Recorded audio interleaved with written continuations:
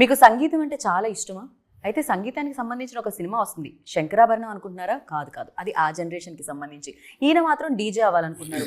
విలన్గా చేశాను, అన్ని రకాల పాత్రల్లో నేను చేశాను. కానీ ఇప్పుడైతే నేను ఒక మ్యూజిక్ షాప్ని స్టార్ట్ చేద్దాం అనుకుంటున్నాను, డీజే చేద్దాం అనుకుంటున్నాను, డిజైన్ చేద్దాం అనుకుంటున్నారు అనమాట.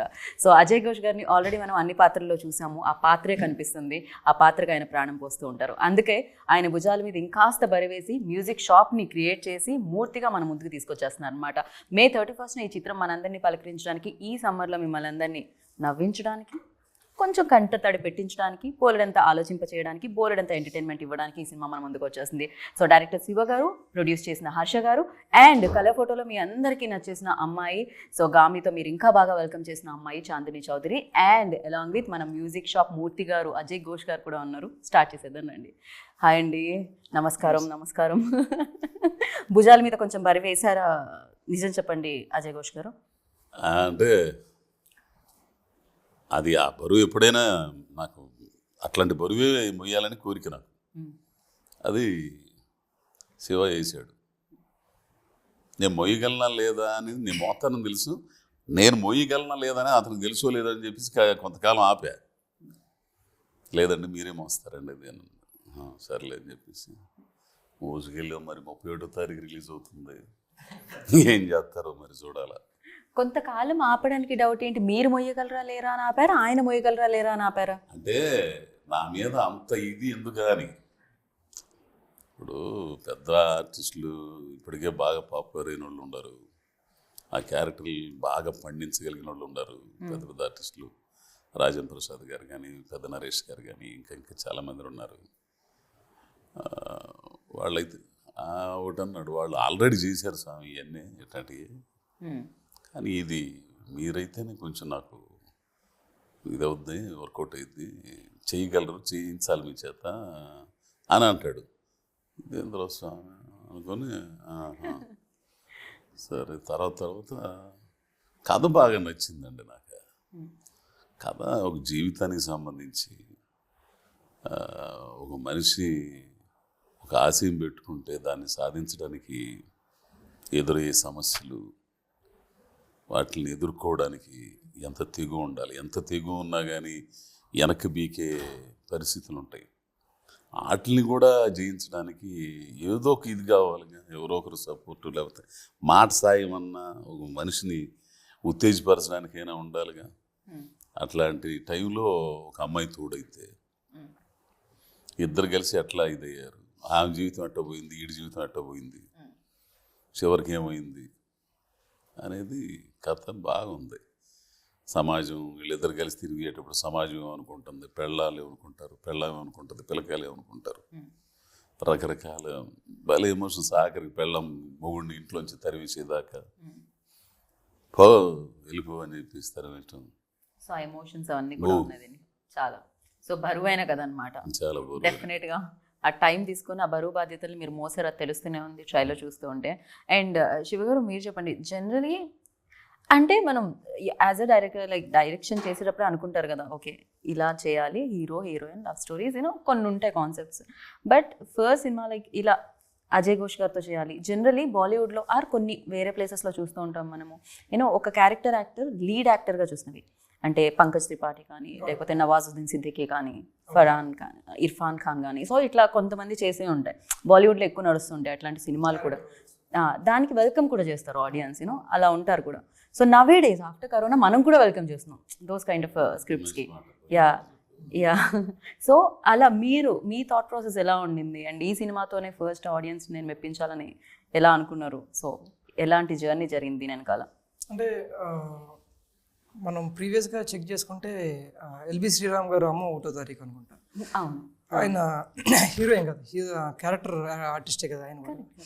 బట్ ఆల్వేస్ మన వాళ్ళు కంటెంట్ ఓరియంటెడ్ని యాక్సెప్ట్ చేస్తారని నాకు గట్టి నమ్మకం. సో దాన్ని నమ్మే ఈయన అంటే ఈ కథ రాసుకోవడం జరిగింది. ఆ కథకి ఈయనైతే బాగుంటారు, చాందిని గారు అయితే ఇంకా బాగుంటారు అని చెప్పి ఇలా సెలెక్ట్ చేసుకోవడం జరిగింది. మెయిన్ వచ్చేసరికి కథేనండి. కథ ఎందుకు అంటే ఇంకా మన వాళ్ళు వర్స్టైల్ స్టోరీస్ని యాక్సెప్ట్ చేస్తారు అనేది నా కాన్ఫిడెన్స్. సో అది ఇంకా బాగా వచ్చింది. అంటే రైటింగ్లో చాలా బాగా అనిపించింది. రైటింగ్ తర్వాత మొత్తం మేక్ చేసినాక మనం ఫస్ట్ కాపీ చూసినాక ఇంకా చాలా బాగా అనిపించింది. మాకు కూడా చాలా బాగా అనిపించింది. అండ్ ట్రైలర్ కింద వచ్చిన కామెంట్స్ చూస్తే కూడా చాలా బాగా అనిపించింది. నేను కూడా మ్యూజిక్ నమ్ముకున్నాను, కానీ నాకు కూడా నా కడుపు కూడా నింపట్లేదు మ్యూజిక్, దాన్ని వదిలేసి వేరే ఫీల్డ్కి రావాల్సి వచ్చిందని అని కొంతమంది రియల్గా కామెంట్ చేయడం చాలా బాగా అనిపించింది. అండ్ ఎస్పెషల్లీ డైలాగ్స్ అయితే చాలా చాలా బాగున్నాయి. మాట్లాడదాం దాని గురించి బిఫోర్ దట్ చాందిని దగ్గరికి వచ్చి. సో నేనైతే చెప్పగలను, అంటే నేను కూడా కొన్నేళ్లుగా ఇండస్ట్రీలో ఉంటున్నాను, ఇంటర్వ్యూస్ చేస్తున్నాను, దాంట్లో స్టార్స్ ఉంటారు, యాక్టర్స్ ఉంటారు, ఎవ్రీబడి. బట్ చాందిని ఒక అమ్మాయి చాలా చూసీగా స్క్రిప్ట్స్ని తీసుకోవడం అండ్ డిఫరెంట్ కైండ్ ఆఫ్ స్టోరీస్ని చూస్ చేసుకోవడం అండ్ అది చెయ్యడం, ఎస్పెషల్లీ తెలుగు అమ్మాయి అండి. I appreciate that and everybody appreciating that and congratulations for Gaami success. And ఏంటి చాందిని ఫర్ దిస్ అంటే ఏంటి జనరలీ అంటే వెళ్ళిపోదాం, వచ్చినవన్నీ సైన్ చేసుకొని వెళ్దాం అనేది కాకుండా యువర్ ఆల్సో టైం ఇచ్చి చూస్ చేసుకొని చేయడానికి? క్రెడిబిలిటీ ఫ్యాక్టర్ అనేది చాలా టైం టేకింగ్ ప్రాసెస్ అండి. ఇప్పుడు నన్ను ఎందుకు చూడాలి, నేను చేసే సినిమాలు ఎందుకు చూడాలి వెన్ యూనో ఇంతమంది యాక్ట్రెసెస్ ఉండగా నేను ఏంటి స్పెషల్గా ఏం తీసుకురాగలను ఆడియన్స్ కానీ నేను కానీ నా లోపల ఉన్న ఒక ఆకలి ఏం తీర్చగలను అనే థాట్ ప్రాసెస్లోకి వెళ్ళినప్పుడు కపుల్ ఆఫ్ ఇయర్స్ బ్యాక్ నేను సినిమా చూసే విధానం it's not for me, it is not business కానీ అలా కాదు. నేను ఇండస్ట్రీ వచ్చినప్పుడు కూడా ఒక యాక్టర్గా ప్రూవ్ చేసుకోవాలి నన్ను నేను. మంచి కథల్లో భాగం అవ్వాలి, మంచి కథలు చెప్పాలి, చెప్పే విధానం కూడా ఒకదానికి తేడా ఉండాలి. ఒక లుక్ చూడగానే ఏ సినిమాని కన్ఫ్యూజ్ అవ్వకూడదు, అలా ఉండాలి అనే ఒకటి నేను అనుకున్నాను. సో అది ఒక దారిలో పడటానికి కొన్ని సంవత్సరాలు టైం పట్టింది. కానీ ఇలా నేను డైరెక్ట్గా చెప్పకుండా మీ అంతటా మీరు అది అబ్జర్వ్ చేశారంటే నాకు అది ఒక టిక్ మార్క్ లాగే, ఎందుకంటే అది ఒక వ్యాలిడేషన్ లాగా. అంటే ఓకే నేను అనుకున్నది చూడగలుగుతున్నారు, కాకపోతే అది చూడటానికి కొంత టైం పట్టింది. సో అందుకే అంత ఆచితూచి సెలెక్ట్ చేసుకుంటాను నేను సినిమాలు, కథలు. అండ్ చెప్పే కథల్లోని కొంచెం సోల్ ఉండాలి. ఒక అంటే సరదాగా ఉండాలి, కానీ ఒక లెసన్ కానీ ఒక ఇన్ఫర్మేషన్ కానీ ఏదో ఒకటి ఆడియన్స్కి వెళ్ళాలి అనే ఒక పాయింట్ ఎప్పుడు నేను మైండ్లో పెట్టుకునేదాన్ని. అండ్ ఇలాంటి సోల్ఫుల్ సినిమాలు, ఇలాంటి సొసైటీకి బాగుంటుంది ఇలాంటి కథలు ముందుకు వస్తే, అలాంటి సినిమాలు చేయడం నాకు చాలా ఆనందం ఇస్తుంది. సో మేబీ అందుకేమో అలాంటి కథలు కూడా నన్ను వెతుక్కుంటూ వస్తున్నాయి. So that is actually seriously అది వెతుక్కుంటూ రావడం కూడా ఒక మంచి విషయం కదా. చాలా టైం పట్టిందండి ఆ పొజిషన్కి రావడానికి. ఎందుకంటే నేను ఈ దారిలో రావాలంటే చాలా సినిమాలు వదులుకోవాల్సి వస్తుంది. సో మనం కొన్నిసార్లు ఆ పొజిషన్ వరకు వెళ్ళటానికి టైం పడుతుంది. సో అలాంటప్పుడు ఆ సినిమాలు వదులుకునే పరిస్థితిలో మనం ఉండం, కానీ we have to do it, which means కొన్ని సాక్రిఫైసులు చేయాల్సి వస్తుంది ఒక పర్సనల్ లెవెల్లోని, ఒక ప్రొఫెషనల్ లెవెల్లోని, ఆల్ ఆఫ్ దట్. సో అలా చేసి అడుగు వేసుకుని రావడం వల్ల స్టార్టింగ్లోని చాలా వరకు వర్కౌట్ అవ్వలేదు ఇన్ టర్మ్స్ ఆఫ్ కమర్షియలీ కానీ. కొన్నిసార్లు వర్కౌట్ అవ్వట్లేదు కదా, మళ్ళీ జనరిక్ ఫార్మాట్లోకి వెళ్ళిపోదాము అనే ఒక థాట్ వచ్చినా సరే నేను కన్విన్స్ అవ్వలేకపోయేదాన్ని. ఇలాగే చేయాలి, ఇలాగే చేసి పేరు తెచ్చుకోవాలి అనే ఒకటి ఉండేది లోపటి నుంచి. అలాగే చేశాను. థ్యాంక్ఫుల్లీ అలా వర్కౌట్ అవుతుంది. ఇప్పుడు టైం పట్టింది కానీ వర్కౌట్ అవుతుంది. బికాజ్ ఎవ్రీబడి అందరికీ తెలుసు మీ పేరు చాందిని చౌదరి అని. సో మంచి కథలు ఉంటే అప్రోచ్ అవుతున్నారు, లైక్ శివ గారు లాంటి వాళ్ళు ఉండే ఎవ్రీబడి. సో అది మంచి విషయం కదా.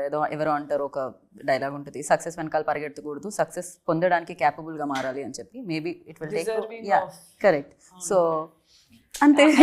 నాకు కూడా నేను పర్సనల్గా నేర్చుకుంది ఏంటంటే ఇలాంటి స్టోరీస్ చేస్తున్నప్పుడు ఏంటంటే ఒక సాటిస్ఫాక్షన్ ఉండేది లోపల నుంచి. At any point of time మరి ఎందుకు అని ఎప్పుడు అనిపించలేదు. దెన్ ఐ రియలైజ్ ఇదే నా కాలింగ్, ఇలాగే చేసుకుంటూ వెళ్దాం. అట్లీస్ట్ నాకు ఐఎమ్ ప్రౌడ్ ఆఫ్ ఇట్. నాకు ఈ సినిమా చేసుకున్నందుకు, ఇలాంటి సినిమాలు చేస్తున్నందుకు ఐఎమ్ హ్యాపీ. నాకు సంతోషంగా ఉంది, నా ఫ్యామిలీ సంతోషంగా ఉంది. మిమ్మల్ని అభిమానించి మేము కూడా చాలా సంతోషంగా ఉన్నాం. Keep rocking Chandini. And Harsha garu waiting అనమాట. హర్ష గారు నెక్స్ట్ ఆయనే ఆర్డర్లో ఉన్నాను అని ఆయన అర్థమైపోయింది హర్ష గారికి. నా వరకే వస్తుంది క్వశ్చన్, లైన్లో వచ్చింది అమ్మాయి అని చెప్పి.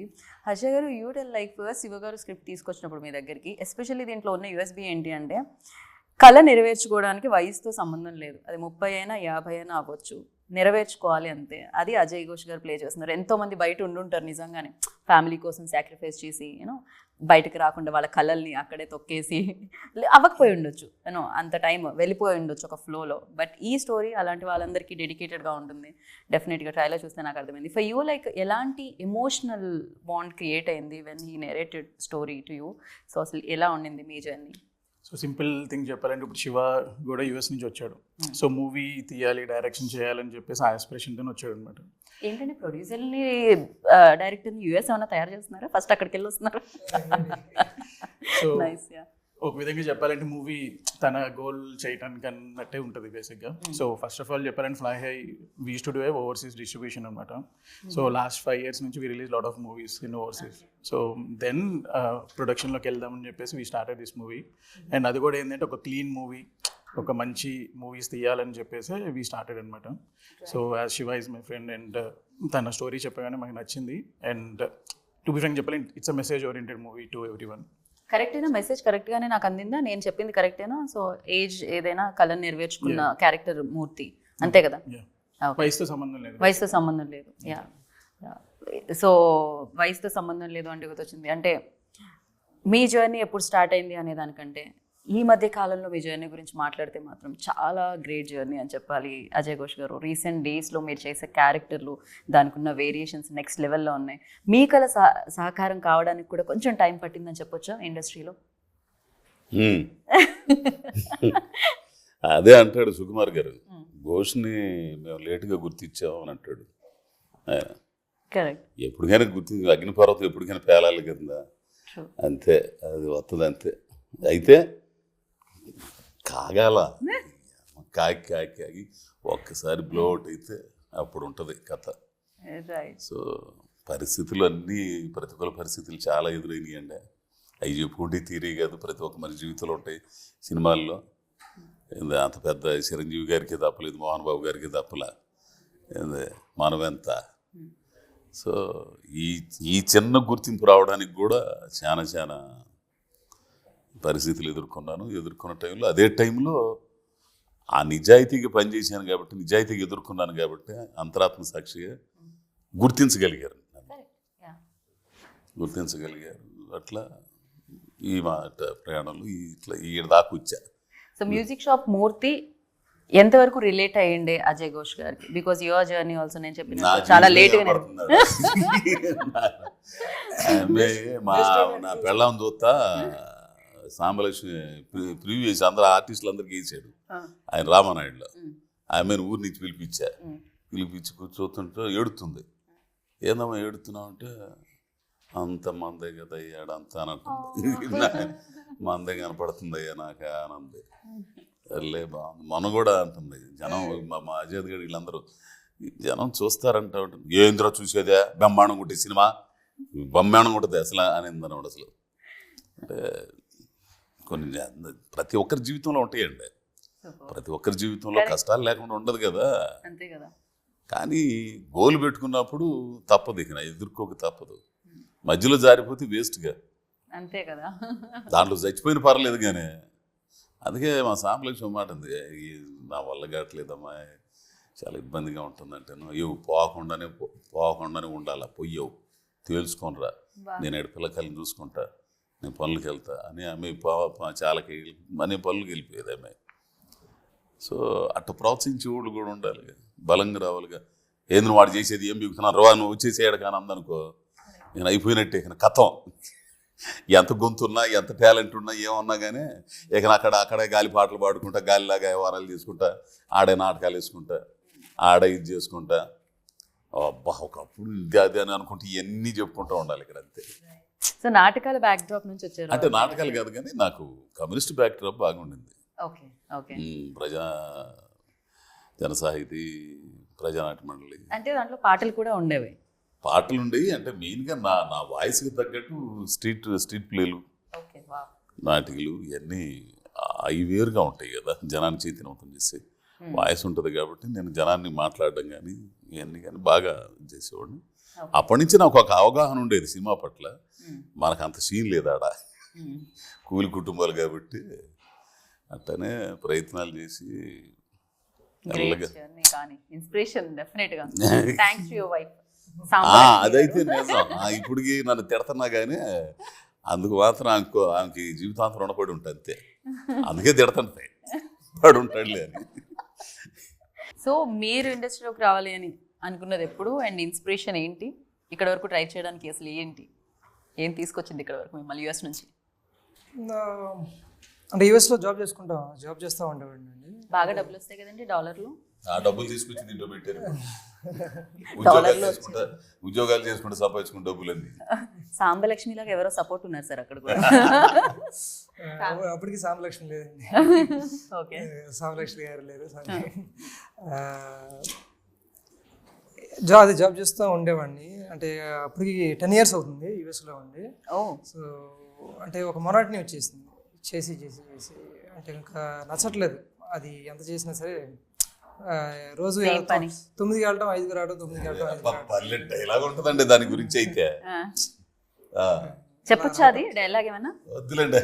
అంటే ట్రైలర్ ఉంది కదా నెక్స్ట్. సో అలా వచ్చేసి అంటే మనకి లైక్ ఎవ్రీబడి, ఇప్పుడు చాలామంది మనకి చిన్నప్పటి నుంచి సినిమా చూసి మనం పెరిగాము. So everybody wants to make a movie at some point. So చాలామందికి 90% ఆఫ్ ద పీపుల్కి పాసిబుల్ కాదు. సో ఆ టైంలో నాకు ఉండేది ఒకప్పుడు చిన్నప్పుడు. సో అక్కడికి వెళ్ళినాక ఓకే ఇదేదో లైఫ్ చేంజింగ్ డెసిషన్ తీసుకోవాలి మనం, ఇలానే చేసుకుంటా పోతే మనకి ఇలానే ఉంటుంది. అంటే యూఎస్ అనేది ఒక చిన్న పుస్తకంలో 4 రూల్స్ ఫాలో అవుతే ముందుకు వెళ్ళిపోతూ ఉండాలి. సో అది ఎందుకో మరి కొంచెం నచ్చలేదు. నచ్చగా సరే ఒకసారి యూఎస్లోనే NYFA అని ఒక చిన్న 3 months కోర్స్కి జాయిన్ అయ్యాను. అసలు నేను ఏంటి నిజమేనా లేకపోతే ఇది జస్ట్ ఒక చిన్న అందరికి వస్తుంది కదా ఒక హీట్ ఆఫ్ ద మూమెంట్లో ఒక ఐడియాస్ చెక్ చేసుకుందామని వెళ్ళాను. అక్కడ 3 షార్ట్ ఫిల్మ్ చేశాను చిన్న చిన్నవి. అంటే అవి బాగానే వచ్చినాయి, బాగున్నాయి అనిపించింది. ఓకే నేను ఆ ప్రాసెస్ని ఎంజాయ్ చేశాను. ఓకే ఇదంతా నాకు నచ్చింది. So let's go to India అని చెప్పి వచ్చి ఇంకా అంటే అప్పుడే కథ రాసుకున్నాను. ఇంకా రాసుకుని అజయ్ ఘోష్ గారిని అప్రోచ్ అవ్వడం జరిగింది. అజయ్ ఘోష్ గారే అనుకున్నారు ఫస్ట్ నుంచి, మొదటి నుంచి? డే 1 నుంచి అజయ్ ఘోష్ గారే. డే 1 నుంచి అజయ్ ఘోష్ గారే. ఎందుకంటే ఆయన అంటే అప్పటికి ఆయన సినిమాలు ఏమి రిలీజ్ కాలేదు, చాలా వెరీ చిన్న. అంటే రంగస్థలం ఒకటి ఉంది బాగా పాపులర్, ఇంకా మన ప్రస్థానం ఒకటి ఉంది అది బాగా బ్యాక్, జ్యోతిలక్ష్మి. బట్ ఆయన యాక్టర్గా 3 చిన్న సినిమాలు చాలా అనిపించింది నాకు. సో దాని గురించి ఇంకా ఆయన యాక్టర్గా నేను ఈ క్యారెక్టర్ ఖచ్చితంగా అప్పటికి ఈయన అంత సెన్సిటివ్ క్యారెక్టర్ చేసినట్టు లేరు. మారుతి గారి సినిమా చేసినట్టు కాబట్టి దానికన్నా ముందే రాసుకున్నాను నేను కథని, అది రిలీజ్ అవ్వకముందే. సో బట్ మా మంచి రోజులు వచ్చాయి చూసినాక నాకు ఇంకా కాన్ఫిడెన్స్ వచ్చేసింది, ఒక పర్ఫెక్ట్ సింక్ అయినా ఈ క్యారెక్టర్లోకి, ఇంకా అలా తీసుకోవడం జరిగింది. సో అలా జరిగిందనమాట. అలా యూఎస్ మిమ్మల్ని ఇక్కడికి రప్పించి మ్యూజిక్ షాప్ మూర్తిని క్రియేట్ చేసేలా చేసింది. రోజు జాబ్ ఏంటి అని ఏదైనా కొత్తగా చేద్దాం అనుకుని కొత్త కాన్సెప్ట్తో వచ్చారనమాట. And Chandini you will me like Ajay Ghosh garu is a finest actor. చూస్తూనే ఉన్నాం, ఏ రోల్ అయితే ఆ రోల్ అలా మోల్డ్ అయిపోతుంది ఆయనకి. ఏదో వేడి ఇనుమును ఉంచినట్టు మీరు క్యారెక్టర్ని మీ వైపుకి మోల్డ్ చేసుకుంటారు. Yeah for you Chandini action reaction ఉంటుంది కదా when you are acting with this finest actor. So ఎలా అనిపించేది అది సెట్లో? చాలా ఛాలెంజింగ్గా అనిపించేదండి.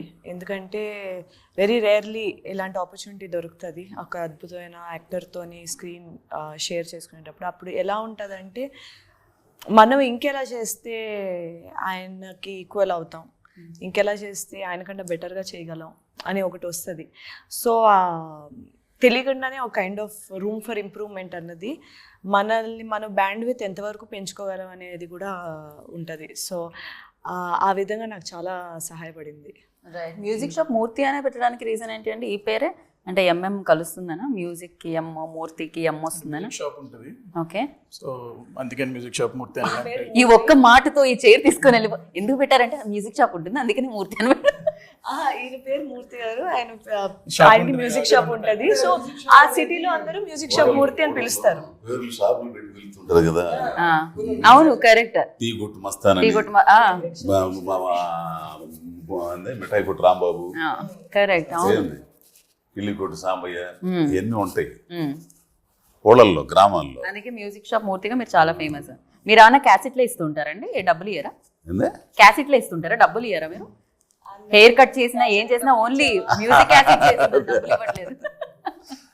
బట్ ద రోల్ సీరియస్లీ చాలా చాలా బాగా డిజైన్ చేయబడింది అనమాట ప్రతి దానికి. అంటే క్యారెక్టర్లు ఉంటాయండి, మనకు ఈ క్యారెక్టర్ పలానోడు కదా అని మనం అది గుర్తించగలుగుతాం. కరెక్ట్. లక్కీగా ఏంటంటే ఫార్చునేట్లీ ఎవ్రీ క్యారెక్టర్ భలే ఫిట్ అయ్యారు నిజంగా. ఆమని గారు కూడా అసలు ప్రాపర్గా ఫిట్ అయ్యారు. అండ్ వాళ్ళ పర్ఫార్మెన్సెస్ వెరీ న్యాచురల్. రైట్. మిమ్మల్ని అడగాలి ఆ ఎక్స్పీరియన్స్. యాక్చువల్లీ వీళ్ళందరూ చేసిన వాళ్ళు కాబట్టి, కాకపోతే మీకు న్యూ కాబట్టి మీరు రాసుకున్న పేపర్ మీద రాసుకున్నది చాందిని చేస్తున్నప్పుడు, అజయ్ ఘోష్ గారు చేస్తున్నప్పుడు, ఆమని గారు చేస్తున్నప్పుడు ఎలా అనిపించేది మీకు మానిటర్ ముందు కూర్చుంటే శివ గారు? నాకు చాలా ఈజీ అనిపించింది యాక్చువల్లీ, చాలా సింపుల్గా అనిపించింది. ఎందుకంటే నేను యాక్చువల్లీ చాలా తక్కువ సార్లు చెప్పినట్టున్నా ఇలా కావాలండి నాకని. వాళ్ళు సీన్ పేపర్ చదువుకునేవాళ్ళు, వాళ్ళు వెళ్ళి అంటే పర్ఫామ్ చేసేవాళ్ళు. నాకు ఏదైతే ఎగ్జాక్ట్గా కావాలో అదే వచ్చేది. చాందిని గారితో బాగా అంటే కొన్నిసార్లు డిస్కషన్ పెట్టుకునేవాళ్ళం. అంటే ఎలా చేస్తే బాగుంటుంది, ఇంకా ఎలా చేస్తే బాగుంటుంది, ఇంకా బెటర్ అయితే అంటే ఎలాగా. కొన్నిసార్లు డైలాగులు రాసాము, అది యాక్చువల్గా ఆవిడ సజెస్ట్ చేశారు ఈ డైలాగ్ బాగాలేదేమో అని. అవి కూడా తీసేస్తే ఇంకా బెటర్ అయింది యాక్చువల్గా ఆ డిస్కషన్స్తో. సో అది చాలా హెల్ప్ అవుతుంది. ఇంకా అజయ్ గారి విషయానికి వచ్చేసరికి ఆయన ఇంకా ఎలా చెప్పాలి, ఒక సీన్ ఉందండి. ఆ సీన్ ఏంటంటే అది ఎమోషనల్ సీన్. అది యాక్చువల్గా ఆయన చదివినప్పుడు కామికల్గా చదివారు. అక్కడికి వెళ్ళి పర్ఫామ్ చేస్తుంటే సార్ ఇది కాదు సార్ అంటే టక్కున మేము స్విచ్ అయిపోయింది. ఆయన నేను పక్కకి వెళ్ళి మళ్ళీ మూడు చేంజ్ చేసుకో ఇవన్నీ ఏం లేదు. సరే మళ్ళీ టేక్ తీసుకున్నా అయిపోయింది ఫట్ అంతే. మళ్ళీ అది పర్ఫెక్ట్ టేక్, వన్ టేక్ అంతే, సింగిల్ టేక్ లేదు. ఇందాకే అన్నారుగా అగ్నిగుండం పగిలితే ఎలా ఉంటుంది. పాయింట్ ఏంటంటే బేసిక్గా అలాంటి స్ట్రగుల్స్ ఉంటాయి చూసారా, ఆ స్ట్రగుల్స్ ఏంటంటే మనిషిని బెటర్ చేస్తాయి, చాలా బెటర్ చేస్తాయి. అంటే ఆ స్ట్రగుల్స్ లేకపోతే యాక్చువల్గా మనిషి ఇంకా అంటే వెనక ఉంటాడేమో అనుకుంటాను. ఆ స్ట్రగుల్స్ వల్ల ఇంకా బెటర్ అవుతారు మనుషులు. ప్రాబబ్లీ ఆ టైంలో చాలా డిఫికల్ట్ అనిపించింది. ఆ పే ఆఫ్స్ అని తర్వాత లేటర్ ఉంటాయి. అంతే కదా, అందుకే కదా రాయి బండరాయిని కూడా చెక్కితే శిల్పంగా మారుతుంది అంటుంటారు. సో హర్ష గారు చాలా లిమిటెడ్గా మాట్లాడుతున్నారు. బడ్జెట్ అయితే బాగానే పెట్టారు, లిమిట్స్ లేకుండా ఎంత కావాలో అంత. సో డిస్ట్రిబ్యూటర్గా ఉన్నప్పుడు ఛాలెంజెస్ ఏంటి, అండ్ ప్రొడ్యూసర్ అయిన తర్వాత ఛాలెంజెస్ ఏంటి? ఎందుకంటే May 31 మీరు యాజ్ అ ప్రొడ్యూసర్గా లాంచ్ అవబోతున్నారు. సో ఫర్ యూ ఎలాంటి ఛాలెంజెస్ ఉండే ఈ ఫిలింకి? ఈ ఫిలింకి ఛాలెంజెస్ అంటారా? ఈ ఫిలిం ఎందుకంటే ఇదే ఇంటర్వ్యూ కాబట్టి నెక్స్ట్ ఫిలింకి నెక్స్ట్ ఇంటర్వ్యూలో. సో ఆల్రెడీ అయితే డిస్ట్రిబ్యూషన్ మాట్లాడేసాం ఒకరితోటి. సో వాళ్ళు హెల్ప్ చేస్తున్నారు. పేరు రివీల్ చేయను, వదిలేండి, మనం తర్వాత సో చేసుకుందాం. ఎట్లాగో with in a week or 2 announce చేస్తాం అంతా. So he's like good friend of me, and ఆయన మూవీస్ కూడా నేను ఓవర్సీస్లో రిలీజ్ చేశాను. And he's one of the distributor అనమాట ఇక్కడ. సో ఆయన త్రూ డిస్ట్రిబ్యూట్ చేస్తాం. సో ప్రొడ్యూసర్గా ఎక్స్పీరియన్స్ ఎలా ఇచ్చింది ఫిలిం, అండ్ ఎవరితో ఇబ్బంది అయింది? ఫస్ట్ టైం డైరెక్టర్తో ప్రొడ్యూస్ చేయడం ఎలా అనిపించింది? ప్రొడ్యూసర్ కమ్ డైరెక్టర్ శివనే. సో నేనైతే అసలు సెట్స్కి రాలేదు, దేనికి రాలేదు. సో ఫోన్ చేసి డబ్బులు అడిగితే డబ్బులు పంపించేటోని. సో కొన్ని మొత్తం అంతా తనే చూసుకున్నాడు. టు బి ఫ్రాంక్ చెప్పాలంటే నాకు యాంకర్ ఫీ ఇస్తే చాలా. అది కూడా తనే, అది కూడా తనే తనే చేస్తున్నాడు. వాళ్ళ నాన్నగారు వచ్చేవారు అప్పుడు, ఫాదర్ వచ్చి రంగారావు గారు వచ్చేవారు. ఓకే. సో ఆయన ఇక్కడే లోకల్ ఉంటారు కాబట్టి వెళ్ళి చూసుకుంటూ ఉండే. ఆయన బాగా ఎంజాయ్ చేసేవారండి. రైట్. షూటింగ్ దగ్గరకు వచ్చి రంగారావు గారు షూటింగ్ చూస్తా, సీన్స్ చూస్తా వచ్చిందండి. ఇప్పటికీ చెప్తూ ఉంటారు అనమాట ఆయన, ఈ మూవీ చాలా బాగా వచ్చింది, వెయిటింగ్ ఫర్ ఇట్ అని చెప్తూ ఉంటారు. వాళ్ళ ఫ్రెండ్స్కి పిలిచి చూపించారు, చాలా చేశారు. యాక్చువల్గా సినిమా అంటే ఏమి కాపీ రాయలేదు, రఫ్ ఎడిట్ అయింది ఊరికి. అంటే ఆ రష్ చూశారు రంగారావు గారు. అండ్ ఆయన ఫ్రెండ్ ఉన్నారు రంగారావు గారు, ధనంజయ్ గారికి థియేటర్ ఉంది. ఆయన ఇప్పటి నుంచి లాస్ట్ 30 yearsకి సినిమా బిజినెస్లోనే ఉన్నారు. ఆయన యాక్చువల్గా ఫస్ట్ పర్సన్ అనమాట. నేను అప్పటికి షూటింగ్ జరుగుతుంది మాది. ఆయన ఫోన్ చేసి చెప్పారు నాకు, చూశాను రష్ అంటే నాకు 30 years ఎక్స్పీరియన్స్ ఇది, నేనేదో మా ఫ్రెండ్ సినిమా అని చెప్పట్లేదు నీకు, నిజంగా చాలా ఎమోషనల్గా ఉంది, చాలా బాగా తీసావనిపించింది. అప్పుడు యాక్చువల్గా నాకు ఫస్ట్ కాన్ఫిడెన్స్ అనమాట. అంటే ఒక మనిషి అండ్ ఆల్సో 30 years ఇండస్ట్రీ కదా ఆయన సినిమా. అంటే ఆయన కాంప్లిమెంట్ ఇచ్చారంటే ఖచ్చితంగా చాలా డెప్త్లో చూస్తుంటారు. లేదు, టీజర్ చాలా చాలా బాగుంది. ఇప్పుడు ఆడియన్స్ టైం ఇచ్చి టీజర్ చూసి దాని కింద కామెంట్స్ చేస్తున్నారు, అండ్ దట్టు పాజిటివ్ కామెంట్స్ చేస్తున్నారంటే డెఫినెట్గా అది రీచ్ అయినట్టే. ఎస్పెషల్లీ డైలాగ్స్ మెన్షన్ చేస్తున్నారు, అంత పెద్ద పెద్ద డైలాగులు రాస్తున్నారు దాని కింద.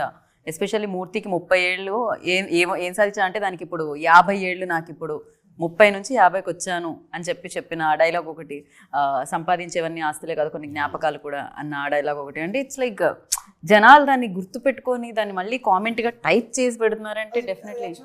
దాని బ్యూటీ ఏంటంటే it's not just about dialogue, అది చెప్పే వాళ్ళు ఎవరు, అలా ఎలా చెప్పారు, అండ్ ఆల్సో ఇప్పుడు కెమెరా ఎవరు పెట్టారు, ఫ్రేమ్ ఎలా ఉంది, అన్నీ అంటే లైటింగ్ కానీ వెనకాల శ్రీనివాస్ గారు, వెనకాల మ్యూజిక్ పవన్, అండ్ ఇప్పుడు ఆ షార్ట్ తీసుకోవడానికి డెసిషన్ ఎవరు ఎడిటర్, ఇంతమంది హార్డ్ వర్క్ వెనకాల ఉంటుంది. సో వాటి వల్ల ఎన్ని అంటే ఒకదానికి యాడ్ అయ్యి ఫైనల్గా ఒక మంచి పాజిటివ్గా రిజల్ట్ వస్తుంది. సో అండ్ చాందిని, ఈ సినిమా మీకు ఎలాంటి ఎక్స్పీరియన్స్ ఇచ్చింది అండ్ ఈ రోల్ ఎలా కనపడబోతుంది? ఎందుకంటే ఒక సపోర్ట్ చేస్తున్న రోల్గా అనిపిస్తుంది, నేను ఆ కళ నెరవేరడానికి ఈ రోల్ ఆ రోల్కి సపోర్ట్ చేస్తున్నాను అనిపిస్తుంది, ఆ పాత్రకి. So I mean not that, ఆ కళ నెరవేరడానికి అంటున్నాను. ఇప్పుడు 2 పాత్రలు ఉన్నాయి ఇక్కడ.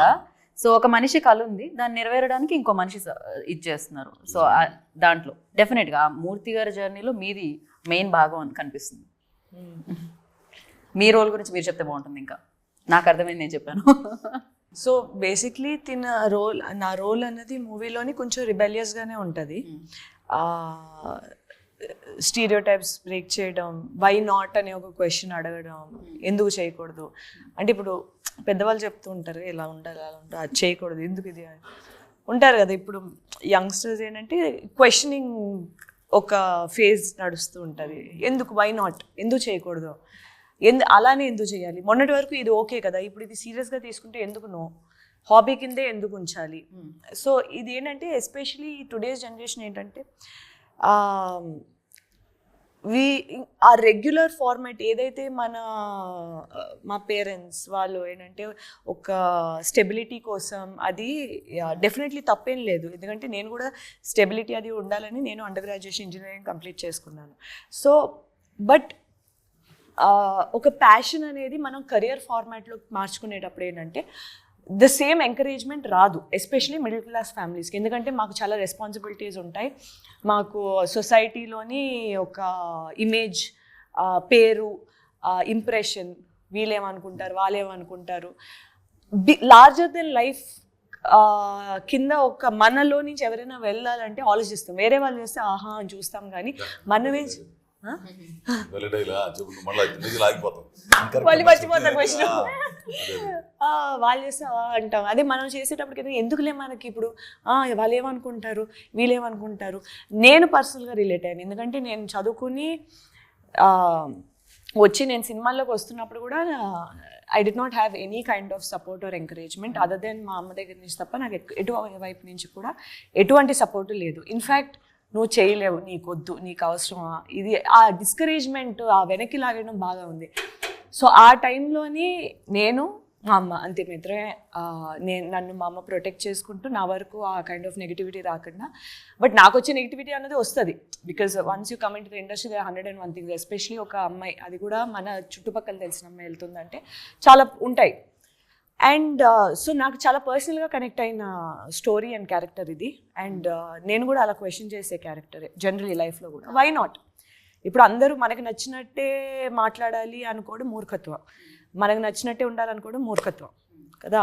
సో ఆ డిఫరెన్స్ అనే క్యారెక్టర్ని హౌ సొసైటీ సీస్. ఈరోజు కూడా ఒకళ్ళు మనకు నచ్చినట్టు అందరూ మాట్లాడరు, ఒకళ్ళు కొంచెం అటు వెళ్ళేటప్పటికి ఏంటంటే వెంటనే అదేదో పాపం జరిగినట్టు అంటే. బట్ రియలిస్టిక్గా ఏంటంటే అందరూ మనకి నచ్చినట్టు మాట్లాడి నచ్చినట్టు చేయరు, అయినా సరే మనకి కరెక్ట్ అనిపించేది మనం ఎలా చేస్తున్నాం, మనల్ని ఎంత సాధించిన తర్వాతే అబ్బో ఏం చేసావులే అనే ఒక సొసైటీలో ఉన్నాం. సాధించాలి, ఏదైనా చెయ్యాలి అనుకున్నప్పుడు ఇంకెంత ఉంటుంది. ఇప్పుడు ఇంత కూర్చి ఇక్కడ వరకు వచ్చిన తర్వాతే కొంచెం కాన్ఫిడెన్స్ వస్తుంది. అలాంటిది when you're starting from nothing, మన నెగిటివిటీలో ఉంటుంది కాన్ఫిడెన్స్ కానీ, సెల్ఫ్ మన మీద మనకున్న నమ్మకం కానీ, ఆత్మవిశ్వాసం కానీ అవి లేనప్పుడు, బయట నుంచి రానప్పుడు మనం ఎలా చేస్తాం, అలా ఈ ఏజ్లో మనం ఆలోచిస్తాం. కొంచెం పెద్ద వచ్చేటప్పటికి ఏంటంటే ఇంకా ఎక్కువ ఈ టైడ్ అగేన్స్ట్ ఉంటుంది కదా వేవ్, అది ఇంకా ఎక్కువ ఉంటుంది, ఫోర్స్ఫుల్గా ఉంటుంది, ఇంకా భయం ఎక్కువ ఉంటుంది. అలాంటి టైంలోని ఒక్కళ్ళు చాలు పుష్ చేయటానికి. వై నాట్, ఒక డిఫరెంట్ పర్స్పెక్టివ్. ఎందుకంటే ఇప్పుడు నా ఏజ్లో ఉన్న వాళ్ళు నా ఏజ్ గ్రూప్ వాళ్ళు చూస్తారు, ఆ ఏజ్ గ్రూప్లో ఉన్న ఆ ఏజ్ గ్రూప్ వాళ్ళు చుట్టుపక్కల we are surrounded by similar age groups. But 2 different age groups, 2 different personalities, 2 different point of views ఉన్న వాళ్ళు, 2 different బ్యాక్గ్రౌండ్స్ నుంచి వచ్చిన వాళ్ళు, జనరేషన్స్ నుంచి వచ్చిన వాళ్ళు ఒకే సిమిలర్ కళ వచ్చినప్పుడు అసలు అటుపక్క ఇటుపక్క వాళ్ళ ఇంటరాక్షన్ ఎలా ఉంటుంది, ఒకరినొకరు ఎలా ఇన్ఫ్లుయెన్స్ చేస్తారు, అది ముందుకు ఎలా వెళ్తుంది, ఒకరి పర్స్పెక్టివ్ ఇంకోళ్ళు ఎలా మార్చొచ్చు అనే ఒక పాయింట్స్ చాలా మనకి టుడేస్ డే అండ్ ఏజ్ అంటే it's a timeless concept. At any time ఏ కాలంలో అయినా ఇది రెలవెంట్గా ఉండే ఒక సబ్జెక్ట్ ఇది. కరెక్ట్. ఎంతమంది మ్యూజిక్ షాప్ మూర్తులు ఉంటారు, మ్యూజిక్ షాప్ మూర్తులు కాకపోతే ఇంకేదో ప్రొఫెషన్, ఇంకేదో కళ, ఇంకేదో హీరో అవుదాం అనుకోను, లేకపోతే ఇంకేదో అవుదామని, ఇంకేదో చాలా చాలా అనుకోవచ్చు. ఎందుకు అది అంటారు, రైట్. లేదా ఒక ఫర్ ఎగ్జాంపుల్ ఇంజనీర్ అవుతారు అనుకో, లైక్ ఒక నేను మెకానికల్ ఇంజనీరింగ్ చేశాను. నేను చేసినప్పుడు అందరూ మెకానికల్ ఎందుకు నీకు శుభ్రంగా కంప్యూటర్స్ ఎలక్ట్రికల్ అందరు అబ్బాయిలే ఉంటారు. నిజంగా 92 అబ్బాయిలు ఉండేవారు, ఒక్కదాన్ని ఉండేదాన్ని. అందుకే అనుకుంటే నా పర్సనాలిటీ ఇలా అయిపోయింది, మొరటి పర్సనాలిటీ అయిపోయింది. నిజంగా 4 అనిపిస్తుంది 4 సంవత్సరాలు చుట్టూ అబ్బాయిలే ఉంటారు, వాళ్ళతో సమానంగా చేయాలి, వాళ్ళతో పోటీపడి చేయాలి. ప్రొఫెసర్స్ కూడా చూసే విధానం డిఫరెంట్గా ఉంటుంది. అయినా కొంతమంది మంచి చూస్తే కొంతమంది చెడుగా చూస్తారు. మేబీ అక్కడి నుంచి ఇక్కడికి వచ్చిన తర్వాత ఇది కూడా ఇక్కడ కూడా అలాగే ఉంటుంది. సో ఆ హోల్ సెట్ బ్యాక్స్, ఆ వెనక్కి ఆ డిసడ్వాంటేజెస్ ఎక్కువ ఉన్నప్పుడు how are you going to make it, అలాంటి పాయింట్స్ డీల్ చేస్తుంది ఈ సినిమా. Very nice. సీరియస్లీ చాలా చాలా మంచి కాన్సెప్ట్. యాక్చువల్లీ చాలా మంది రిలేట్ అవుతూ ఉంటారు అనమాట. రేపు సినిమా 31st May చూసినప్పుడు ఎంతమంది మూర్తులు రిలేట్ అవుతారా అని చెప్పి వెయిట్ చేస్తూ ఉన్నాం. ఎస్పెషల్లీ అంటే కళ అనేది కలగనడం ఆగిపోకూడదు ఎప్పటికీ. ఏజ్ అనేది దానికి ఒక లిమిట్ కాదు. సో అందుకని మనం చూస్తాం బిగ్గెస్ట్ KFC లాంటి సక్సెస్ఫుల్ ఆ ఏజ్ లో వెన్ రిటైర్డ్ సి ఎక్కడుందో ఇలా వారెన్ బుఫే ఆయన ఇంతమంది ఇన్స్పిరేషన్ అయితే ఉండింది. అండ్ మీరు చెప్పండి, మీకు మూర్తి గారు ఇచ్చిన ఇన్స్పిరేషన్ ఏంది? అజయ్ ఘోష్ గారి స్టోరీనే ఆల్మోస్ట్, బట్ మీ స్టోరీనే, బట్ మూర్తి గారిలో మీకు నచ్చింది ఏంటి? నాకైతే ఈ లుక్ నచ్చింది, ఆ డీజే లుక్ నచ్చింది నాకు. కొంచెం ఫన్ గురించి కూడా మాట్లాడదు మనం. ఎమోషన్స్ ఎంతైతే ఉన్నాయో ఫన్ కూడా అంతే ఉంది ఈ సినిమాలో అని విన్నా నేను. ఫన్ అంటే నా అసిస్టెంట్ ఒకడు ఉంటాడు, ఎంత ఇదిగా ఉంటుంది అంటే మీకు ఆ టీజర్లో చివరిలో ఉంటుంది కదండి, ఎంత ఎర్రితనం అంటే ఆ టీవీలో చూసుకుంటా ఆడు మొత్తం యూట్యూబ్లో ఉంటాయి కదా హౌ టు ప్లే ఇదని ఈ దాన్ని కన్సోల్, అది ఆడు ఇంగ్లీష్లో చెబుతుంటే వీడికి ఇంగ్లీష్ రాదు. ఆడేది చెబుతాడు కాగితం మీద 2 రాసుకొని దాన్ని ఏం చేస్తున్నారు అంటాడు. అంటే డీజే నేర్చుకుంటున్నా, డీజే వాడు అక్కడ చెబుతుంటే నువ్వు ఇక్కడ నేర్చుకుంటున్నావా, ఇది మిషన్ రా అంటే ఇది మిషన్లో పాట వేయి అని అంటాడు. అసలు అక్కడ ఆ లుక్ కట్ చేసాడు కానీ ఆయన టప్పు నీటి చూసే లోపల ఉండడు. ఆ తర్వాత నాకు అవును నిజమే కదా వీడు చెప్పింది ఏందో అంటే అట్లాంటి చిన్న చిన్న బిట్లు ఉంటాయి. కానీ ఈయన సినిమాలో ఉంచాడో లేదు కానీ ఇంకో బిట్లు కూడా ఉంటాయి. అంటే ఈ మ్యూజిక్ షాప్ అన్న గ్రామాల్లో క్యాసెట్లు గీసెట్లు అనగానే TGDలు అనగానే వాడు వచ్చేసి తాత బ్రో ఉన్నాయా అని అంటాడు. టీజర్లో ఉంది, సినిమాలో ఉందో లేదు, ఉందా ఉండాలి ఏంది ఉండయా అంటాడు. రారా ఇది మ్యూజిక్ షాప్ మూర్తిరా బాగుంది, టీజర్ లో ఉంది యాక్చువల్లీ. అండ్ అలాగే మనం మ్యూజిక్ షాప్ మూర్తికి మ్యూజిక్ ఇచ్చిన పవన్ గారి గురించి కూడా మాట్లాడుకోవాలి. సో ఎవరైనా మాట్లాడతారా, ఎవరైనా పాడతారా కాలభైరవ పాడిన పాట? లేదా మనకు రాదు కానీ నాకైతే రాదు. భలే చేశాడు, బాగా గుట్టాడు ఆ పిల్లలు. చాందనీలో సింగర్ ఉన్నారు కదా ఈ మధ్య కాలంలో చంపేసి తొక్కేసిండేనా? Okay. But yeah cinematography Srinivas garu కానీ అండ్ మ్యూజిక్ పవన్ కానీ అమేజింగ్గా చేశారని చెప్పాలి. వాళ్ళ 100% ఇచ్చారు. అండ్ ఆమని గారు, ఆవిడ గురించి ఏం చెప్తాం, మన ఏజ్ నేనైతే చెప్పడానికి మ్యూజిక్ అనేది నేను కూడా రియలైజ్ అవ్వలేదు ఎంత దూరం వెళ్ళిందంటే, మొన్న నేను జస్ట్ వైజాగ్ నుంచి వస్తున్నప్పుడు మా బ్యాంక్ మేనేజర్ వచ్చి మీది మ్యూజిక్ షాప్ మూర్తి అనే సినిమా వస్తుంది కదండి, దాంట్లో పాటలు ఎంత బాగున్నాయండి ఇది అది అన్నారు. అక్కడి వరకు వెళ్ళింది. నేను ఇది మీకు చెప్పాను లేదో తెలీదు, బట్ అంటే ఎక్కడి వరకు వెళ్తున్నాయి ఇది అసలు నేనే రియలైజ్ అవ్వట్లేదు. పవన్ గారి మ్యూజిక్ అండ్ ఈ ఇప్పుడు చుట్టుపక్కల నేను ఎవరితో మాట్లాడుతున్నా సరే మ్యూజిక్ షాప్ మూర్తి అనగానే ఫస్ట్ మ్యూజిక్ గురించి మాట్లాడుతున్నారు అందరూ. సో ఎందుకంటే టైటిల్లో మ్యూజిక్ అని పెట్టుకున్నప్పుడు ఆ మ్యూజిక్ ఎంత కీలకమైన పాత్ర ఉంటుందో ఈ సినిమాలోని. సాహిత్యం కూడా బాగా రాశాడు ఆ పిల్లలు. మహేష్ సాహిత్యం కూడా మంచి సాహిత్యం ఉండేది, చాలా బాగున్నాయి. కొన్ని లైన్స్ అయితే చాలా చాలా రిలవెంట్ గా ఉన్నాయి. అది ఓపెన్ లైన్ చెప్పండి ఒకటి సాంగ్ ది.